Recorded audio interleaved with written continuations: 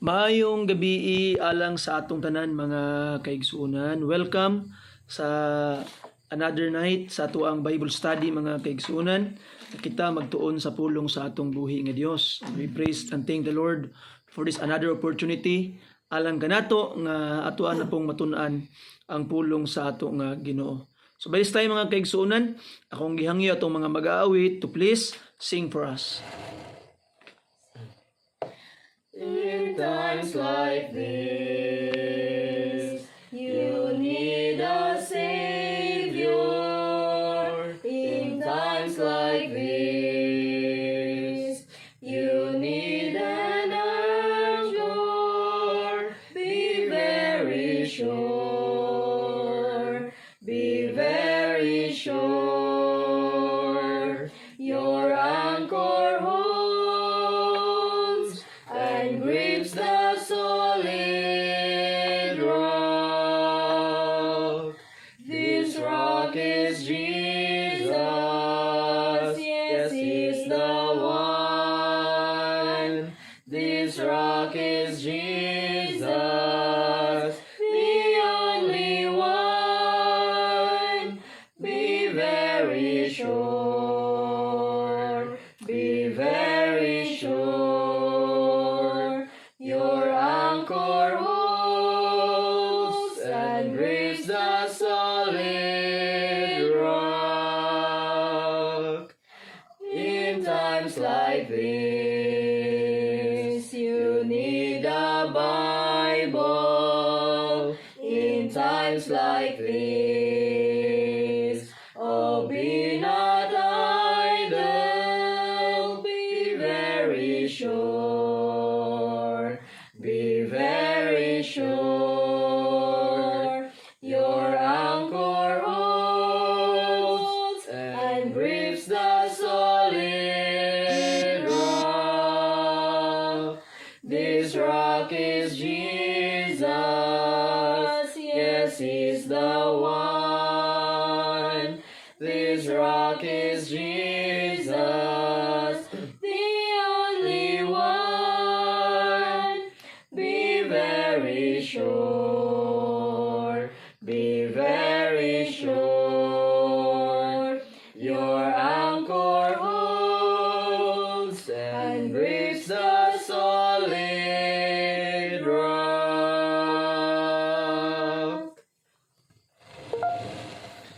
Amen. Thank you for that wonderful song mga kaigsuunan. So, by this time, akong gihangyo ang tanan to please open your Bibles with me in the book of John, chapter 1. And itong basahon ang first 14 verses mga igsuon. John, chapter 1, verses 1 down to verse 14. Ang pulong sa Ginoo nag-ingon, in the beginning was the Word, and the Word was with God, and the Word was God. The same was in the beginning with God. All things were made by Him, and without Him was not anything made that was made. In Him was life, and the life was the light of men. And the light shineth in darkness, and the darkness comprehended it not. There was a man sent from God, whose name was John. The same came for a witness, to bear witness of the light, that all men through him might believe. He was not that light, but was sent to bear witness of that light, that was the true light, which lighteth every man that cometh into the world. He was in the world, and the world was made by him, and the world knew him not.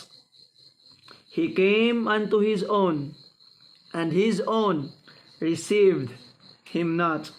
But as many as received him, to them gave he power to become the sons of God, even to them that believe on his name, which were born not of blood, nor the will of the flesh, nor the will of man, but of God.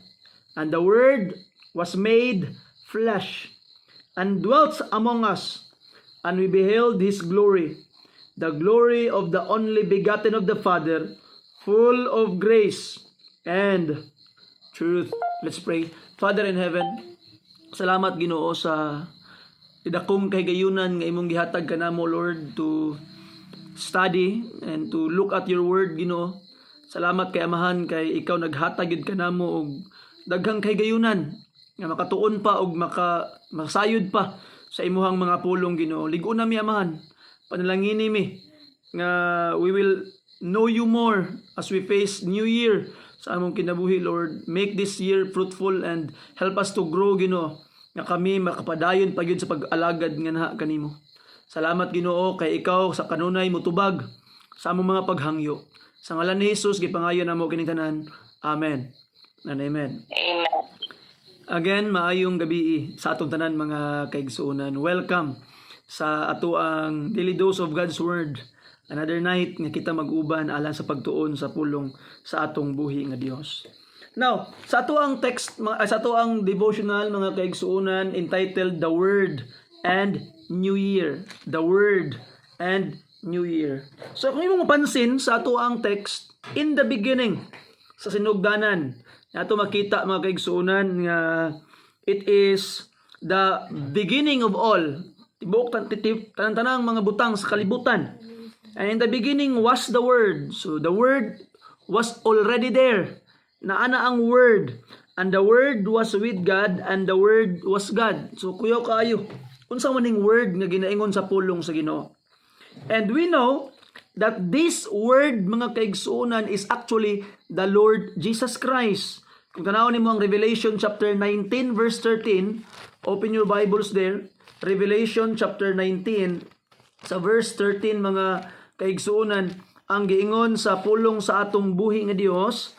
The Bible says, and he was clothed with a vesture dipped in blood, and his name is called the Word of God.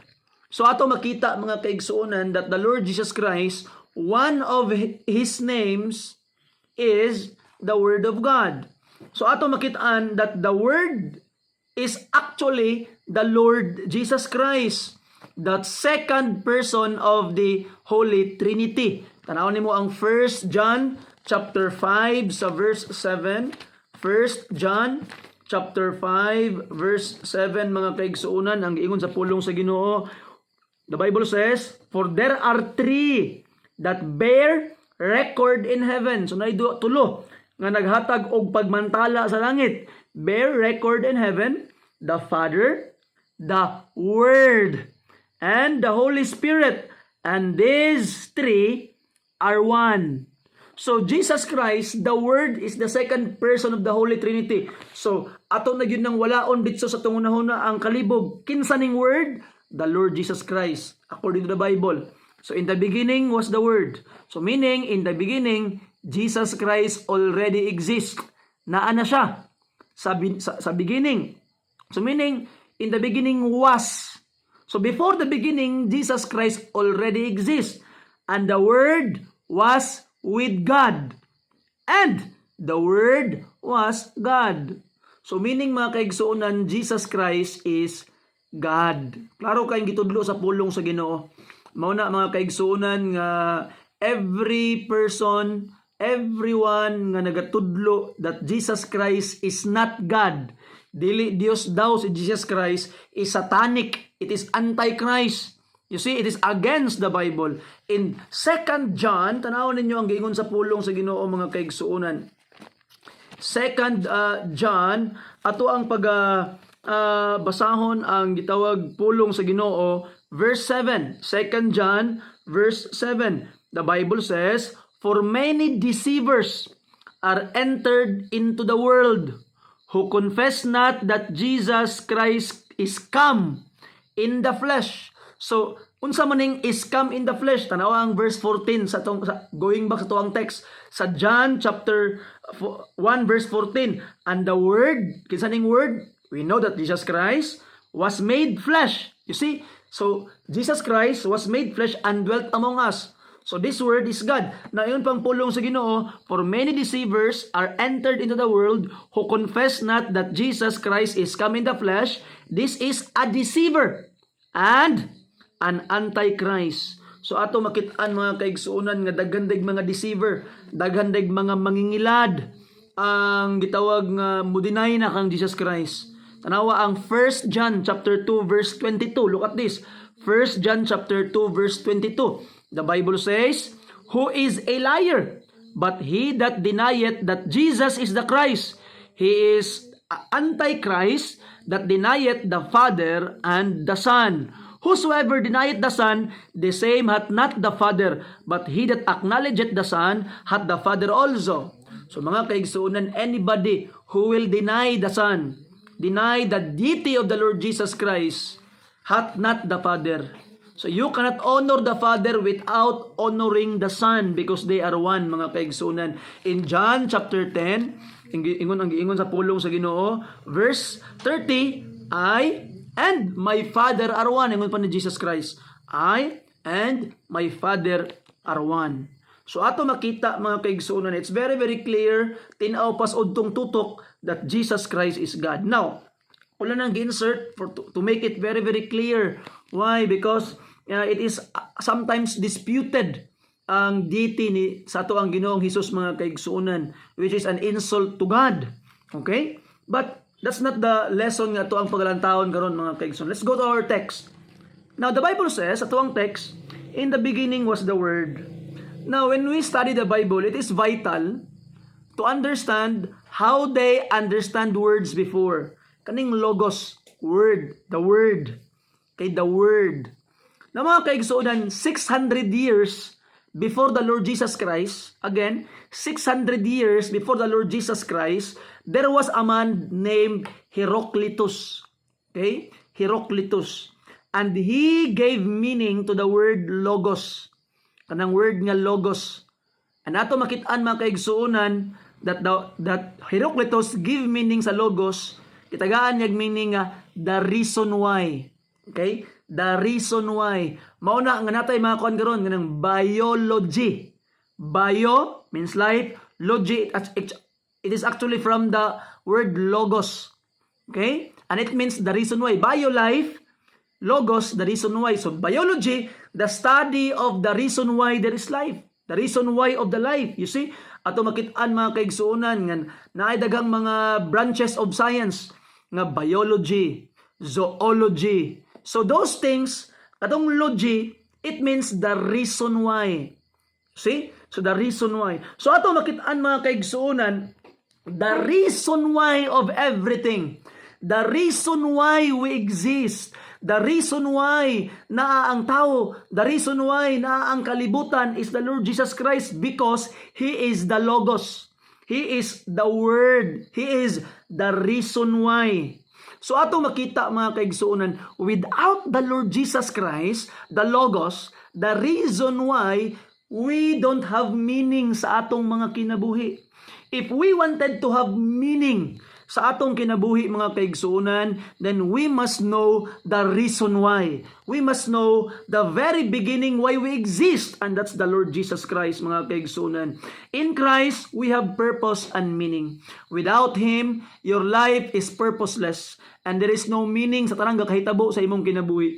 All your suffering is meaningless, or your sickness is meaningless, or the pain that you have gone through is meaningless, or your ambition is meaningless. At that point of death, everything is erased.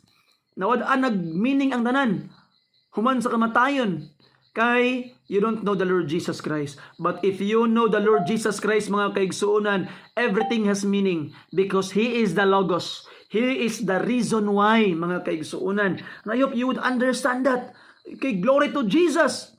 So if you wanted to have meaning sa 2024 na ay rason, na ay meaning ang imong kinabuhi karong 2024, you need to receive the Logos. You need to know the Logos. You need to know the Word, the Lord Jesus Christ, mga kaigsuonan. It's very, very vital nga imo nang makitaan. In pangpulong sa Ginoo, verse 2, the same was in the beginning with God. So in eternity past, the Lord Jesus Christ already exists and He is the meaning, the reason why of everything you can see ibabaw nining kalibutan. Ang tanawa ganyan yung sa Biblia mga kaigsuunan, in Hebrews chapter 3, all things were made by Him, and without Him was not anything made that was made. Look at that. All things was made by Him. So kinsa kuno naghimo sa tanan? Everything was created by the Logos, or the reason why, the Lord Jesus Christ. Ug walay namugna gawas pinaagi kaniya mga kaigsuunan. So He is our Creator. And until today, the Lord Jesus Christ is sustaining the creation. In Hebrews chapter 2, mga kaigsuunan, tanawan ninyo ang mga Bibles. Hebrews chapter 1, rather, atong basahon ang ato ang mga Biblia. Open your Bibles there. Hebrews chapter 1, verse 2, the Bible says, hath in this last day spoken unto us by His Son, whom He hath appointed heir of all things, by whom also He made the worlds. And look at verse 3. Who being in the brightness of His glory, and the express image of His person, and upholding all things by the word of His power, when He had by Himself purged our sins, sat down on the right hand of the majesty of high. So ato makitaan mga kaigsunan, all things was upheld by the word of the power of the Lord Jesus Christ. So our life is sustained by the Lord Jesus Christ. The universe, the revolution of the earth around the sun, its rotation in its axis, the arrangement of all the planets in the solar system, the movement of all the comets, the movement of everything sa universe mga kaigsunan is sustained by the Lord Jesus Christ. Inana ka powerful ang Dios nga tong gialagaran mga kaigsunan. He created all things and He sustains all things. Without Him, everything is chaos. Their life will never be possible without Him mga kaigsunan. You see, ato makitaan, we must honor Jesus. Now, in verse 4, in Him was life, and the life was the light of men. And the light shineth in darkness, and the darkness comprehended it not. Now, ato makitaan mga kaigsunan. Science, until today, argue where or when is the origin of life. Asa kung nagsugod ang life. And some people suggest that life came from a primordial soup. There was a hot water in the past, in the beginning, and there was ammonia and some substance, and in that hot soup nagsugod ang usa ka kinabuhi, a singular cell nga kinabuhi mga kaigsuunan, which is the origin of everything. And from that singular cell nigawas ang tanan nga mga kuyaw kaayo nga mga organism, mga kuyaw kaayo nga mga mananap hangtod sa mga tao mga kaigsunan, and that is the theory of evolution. You see, nato makitaan nga some people are saying that there was a comet, and comet has water, niigo daw diri sa atuang earth, and because of that comet nga naay tubig, nakaangkon po daw ganang tubig ning kalibutan, unya pagkahuman dayon there was life. You see, so ato makitaan nga a lot of theories kung aha nagikan ang kinabuhi. But mga kaigsunan, the Bible expressly reveals us that life origins, the origin of life is the Lord Jesus Christ. He is the life, mga kaigsunan, and He gave life. You have life because of Him. Every animals, every plant, ibabaw sa kalibutan, owe their life to Jesus. So our life is in Jesus mga kaigsuunan. And we must thank the Lord that we experience life because of Him. Naatay kinabuhi mga kaigsuunan, and we owe it in Jesus. You see, so in Him was life, and the life was the light of man. And ang problema lang mga kaigsuunan, there are people who do not want that light. Now ang verse 5, and the light shineth in darkness, and the darkness comprehended it not. Na ato makita nga Jesus Christ, at the same time He is the light. Siya ang kahayag. Number 1, siya ang naghatag sa tug kinabuhi. You will not find meaning and satisfaction sa imong kinabuhi without the Lord Jesus Christ. Mabitaw na ang daghan kay mga tao, mga kaigsuonan, nga nanaontay kwarta, pero wala gihapoy kalipay. Nanay pamilya, mga bit paghihapon. Wa gyapon kalipay, ginapangita nila ang kalipay, usahay ang mga tao, pangitaon ang kalipay sa they are multiplying their woman in their life. They are multiplying money in their lives. They are multiplying properties. They are multiplying things. Higalay igsoon, walay dautan nga mangita kag kwarta, mangita ka og gwapo nga trabaho, mangita kag nindot nga mga property. There's nothing wrong with that. Mahimo lang ang sayop if you are doing it to find satisfaction. Kaya nga naman, you are looking satisfaction in the wrong place. The source of your life, the very meaning of your life is Jesus. So mga kaigsuunan, if you wanted to find satisfaction sa imong kinabuhi and meaning, then go to Jesus and you will find it there. You see, He is our meaning, He is our life. And of course, He is our light. He will allow us to comprehend everything, mga kaigsuunan. Basta kay love that light nga iyang ginahatag sa atua. Do not stay in darkness. Kaya ang problema man God in John chapter 3, mga kaigsuunan, tanawan ninyo ang giingon sa Bible. The Bible says in John chapter 3 in verse 19, and this is the condemnation, that light is come into the world, and men love darkness rather than light, because their deeds were evil. So men love darkness rather than light.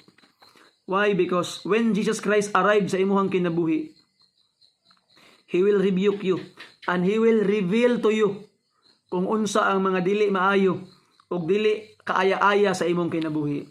Let's say for example, ang imong kinabuhi sa wala pa si Jesus sa imong kinabuhi, mura kag naa sa kwarto nga ngit-ngit kaayo. Nagdi kag higda sa usa ka room nga pertig yung ngit-ngita, mga kaigsuonan. Kag ligid-ligid dito sa imong kwarto, sige kag tuyok-tuyok dito sa imong kwarto, hala, bisag unsa imong ginabuhat, wa ka kabalo unsay nanay bitin sa imong unahan, wa ka kabalo og nanay hugaw dira.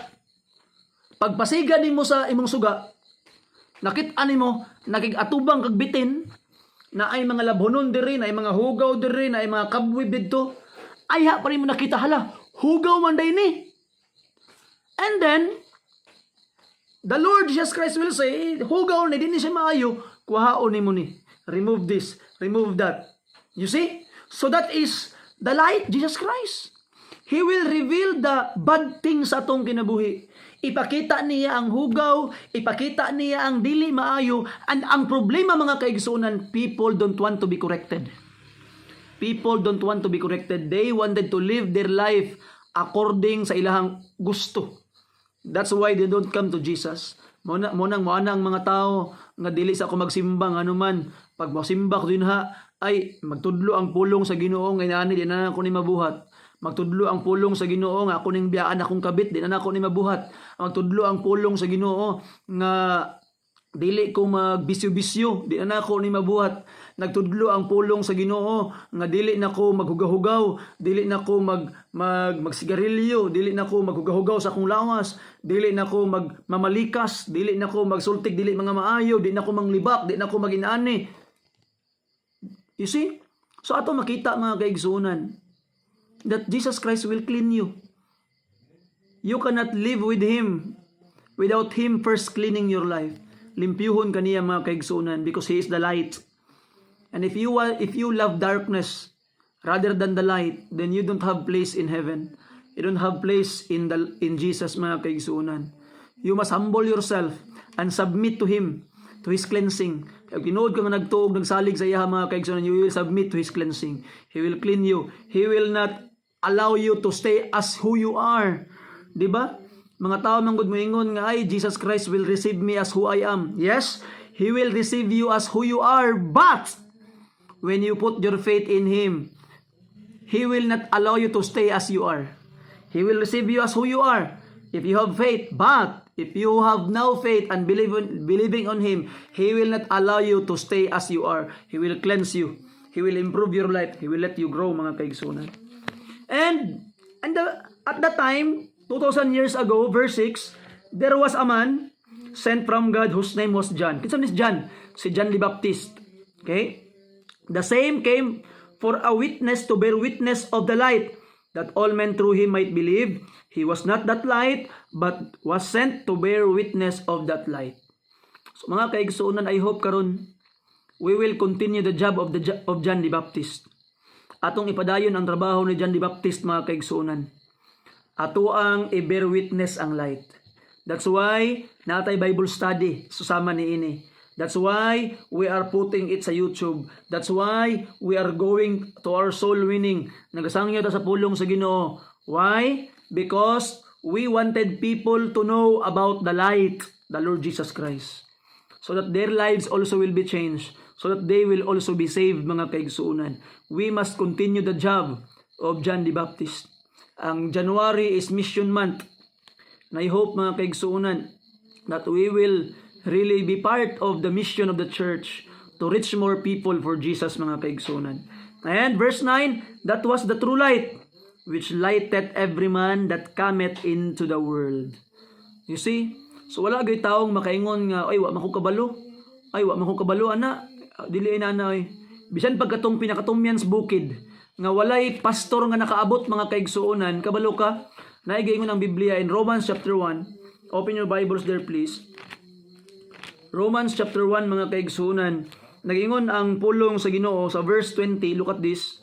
Verse 19 to 20. Romans 1, 19 to 20. Because that which may be known of God is manifest in them. For God hath shewed it unto them. For the invisible things of him from the creation of the world are clearly seen, being understood by the things that are made, even his eternal power and Godhead, so that they are without excuse. So ato makita, mga kaigsuunan, that the creation itself is the witness of Jesus Christ. You see? No, ato makitaan, the creation in the world, ang mga binuhat, kung wala ka nakadungog sa maayong balita, mga kaigsuunan, people don't have any excuse not to believe in God. Why? Because the creation, ang kinaiyahan nga tumakitan, it is a witness of God, mga kaigsuunan, for us to believe. So nobody is gitawag nga kuan kinahanglan gitawag nga natural revelation. Wala excuse ang tanan, mga kaigsuunan. You see, the problem is people who love darkness rather than light, mga kaigsuunan. You see? And ato makitaan, ingon pa ang pulong sa Ginoo, verse 10, He was in the world, and the world was made by Him, and the world knew Him not. That's why we people, we will go to the world and tell them about the Lord Jesus Christ for them to know Him. Kaya nga no, bitaw, tanawang nahitabuha. Diba? Ato nang gitunaan that He is the meaning, the reason why, the Logos. He is the Creator. Siya ang hinungdan sa tanan. We owe our life to Him. Now, ato makita, mga kaigsuunan, pag-abot niya nagpakatao sa verse 11. He came unto His own, and His own received Him not. Look at that. He came to His own, and His own received Him not. Mga kaigsuunan, maybe you are one of these people that Jesus Christ is coming sa imong kinabuhi, but you keep on rejecting Him. I hope by the grace of God, do not reject Him. Ayaw siya balibari sa imong kinabuhi. Allow Him nga mo'y maghari sa imong kinabuhi, mga kaigsuunan. Allow Him to be king sa imong kinabuhi. Do not reject Him. Why? Because if you will not reject Him, if you will accept Him and receive Him, what will happen? Verse 12. But as many as received Him, to them gave He power to become the sons of God, even to them that believe on His name. Mahimo kaniyang anak. Tagaan kaniyang katungod nga mahimong anak sa Dios. If you will receive and believe on His name, mga kaigsunan. Kabalo ka, kanabi taong prayer nga Our Father, you don't have the right to pray that if you are not yet His child. Dili pa ka anak sa Dios, wa pa kay katungod nga moampo ana. Kay ngano man, not everybody is children of God. Nawa ang ngayon sa John 8:44. Unsa man ang giingon ni Jesus Christ sa mga Parisiyo nga wala nagdawat kaniya. John 8:44, Jesus Christ said, Ye are of your father the devil, and the lust of your father you will do. You see? So there are people who are standing on earth, created by God, but now already children of the devil. How can you become a child of God? You can only become a child of God, mga kaigsunan, if you receive the Lord Jesus Christ. So receive Him. Receive Him now. Og tagaan kaniyag katungod nga mahimong anak sa Dios, mga kaigsuunan. Itong palino magbasa, verse 13, which were born not of blood, nor of the will of the flesh, nor of the will of man, but of God. So if you would receive Him, mga kaigsuunan, God will work sa imuhang kinabuhi and you will be born again and you will become born of God. And the word, verse 14, and the word was made flesh and dwelt among us, and we beheld His glory, the glory of the only begotten of the Father, full of grace and truth. So, ang grasya o ang kamatuoran na kang Ginoong Hesus, mga kaigsuunan, it is in Jesus. So by the grace of God, mga kaigsuunan, today, if you wanted to find meaning sa imong kinabuhi, if you wanted to find purpose sa imong kinabuhi, then go to the Logos. Go to the Lord Jesus Christ. He is the reason why. Siya ang rason nganong naaka. Siya ang rason why we are here. He is the reason why we are studying this word. He is our God. So igsoon, basing na sa tuwa karon diri, nga wala pa ka nakasigurado sa imong kaluwasan, wala pa'y meaning imong kinabuhi. Nagpanginabuhi ka, provide ka sa imuhang mga anak, but you don't actually know where everything will end. Ang imuhang gitinguha ron, makahuman imong mga anak, makapakaon ka sa imong pamilya, mura na imong gitinguha. But how about at the end of the road? What will happen? There's no meaning imong kinabuhi. Higala, worship and serve the Lord Jesus Christ, and He will give meaning sa imong kinabuhi. And you know that that is not the end. That is just the beginning of your life with Him. And that life is the real life na gisaad sa atua sa Ginoo. And I hope, by the grace of God, you would receive Him now as your Lord and Savior. Usa ka awit, alang ka nato.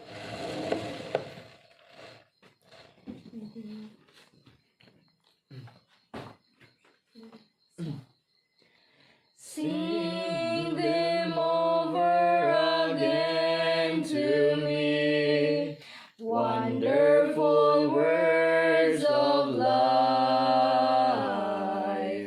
Let me more of their beauty see, wonderful words of life.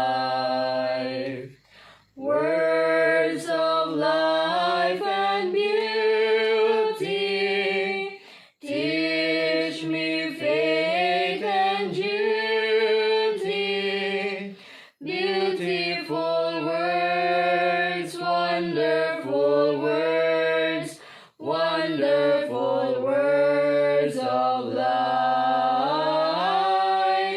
Beautiful words, wonderful words, wonderful words of life. Sweetly echo the gospel call, wonderful words of life. Offer pardon and peace to all, wonderful words of life. Jesus, only Savior, sanctify forever.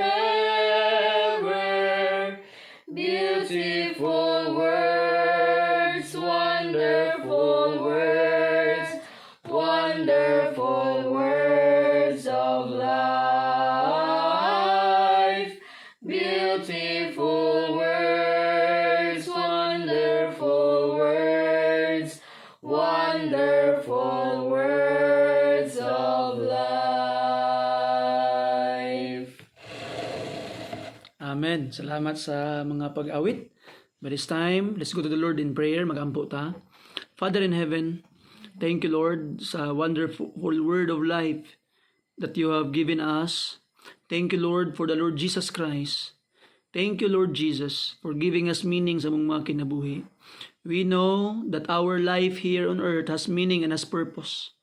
And we wanted to give glory and honor to you.